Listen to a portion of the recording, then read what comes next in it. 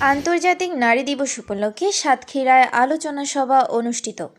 অধিকার, সমতা, ক্ষমতায়ন, নারী ও কন্যার উন্নয়ন এই প্রতিপাদ্যে সাতক্ষীরায় আন্তর্জাতিক নারী দিবস উপলক্ষে আলোচনা সভা অনুষ্ঠিত হয়েছে। শনিবার সকালে সাতক্ষীরা জেলা প্রশাসকের সম্মেলন কক্ষে আন্তর্জাতিক নারী দিবসের আলোচনা সভায় সাতক্ষীরার অতিরিক্ত জেলা প্রশাসক বিষ্ণুপদ পালের সভাপতিত্বে প্রধান অতিথি হিসেবে উপস্থিত ছিলেন সাতক্ষীরা জেলা প্রশাসক মোস্তাক আহমেদ।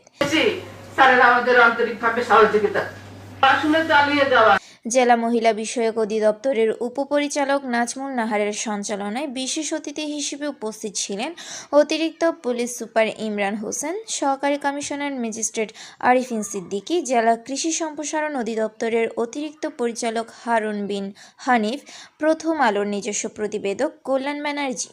সাতক্ষীরা জেলা প্রশাসন ও মহিলা বিষয়ক অধিদপ্তরের আয়োজনে ও জেলা মহিলা সংস্থার সহযোগিতায় আন্তর্জাতিক নারী দিবস আলোচনা সভায় বক্তব্য দেন খুলনা বিভাগের শ্রেষ্ঠ জননী ও সফল অরণ্যা নারী মমতাজ খাতুন মীরা, অর্থনৈতিকভাবে সফল প্রিয়াঙ্কা বিশ্বাস, দৃষ্টি প্রতিবন্ধী উন্নয়ন সংস্থার সভানেত্রী স্বপ্না পারভিন, নারী নেত্রী ফরিদা আক্তার বিউটি, সিডর যুক্ত সংগঠক গ্লোরিরা, শ্রেয়া সর্দার, জাফর সিদ্দিকী, প্রতিবন্ধী আবুল কালাম আজাদ।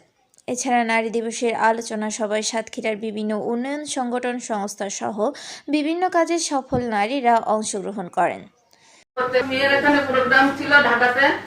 আমি ওইটাকে প্রাধান্য নিয়ে ও আমার মেয়েও থাকে। তারপরে আমাদের পুলিশ পদটা বলছেন, আমরা এখন ধন্যবাদ জানাই, আমন্ত্রণ জানানোর জন্য ধন্যবাদ জানাই। এবং আজকে আমরা যারা আছি আমরা প্রতিজ্ঞা করি বিভিন্ন অধিদপ্তরের দপ্তর প্রধান এবং তাদের প্রতিনিধিগণ উপস্থিত।